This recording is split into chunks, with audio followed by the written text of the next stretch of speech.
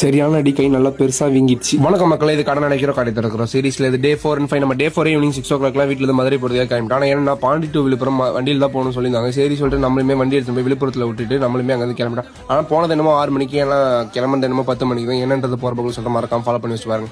ஒரு 2 பேரால 2 மணி நேரம் வெயிட் பண்ணி கடைசியா நான் பின்னாடி வர பஸ்ல வரேன்னு சொல்லிட்டாங்க. சரி சொல்லிட்டு நான் 1 பஸ்ல மதுரை போயிட்டு ஒரு 5 hours டிராவல் பண்ணி நம்மளுமே மதுரை இறங்கிட்டோம்.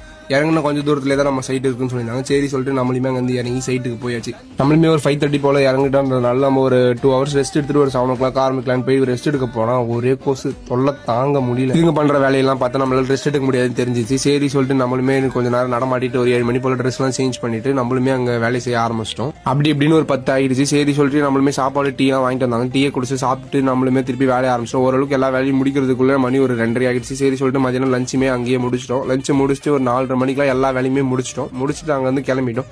கிளம்பி பார்த்தா நம்ம கையில ஒரு சின்ன அடி, என்னன்னா கையில வந்து நம்ம அந்த இரும்பு ராடு விழுந்துருச்சு. சரி சொல்லிட்டு நம்மளுமே அங்க இருந்து விட்டுட்டு தைலம் தேய்ச்சிட்டு நம்மளுமே வீட்டுக்கு கிளம்பிட்டோம். அங்க இருந்து ஒரு 5 hour டிராவல் பண்ணி திருப்பி விழுப்புரம் வந்து ரீச் ஆகிட்டு திருப்பி நம்ம வண்டி எடுத்துட்டு வீட்டுக்கு கிளம்பிட்டோம். இதோட நாளைக்கு வீடியோல பார்ப்போம். குட் நைட் மக்களே.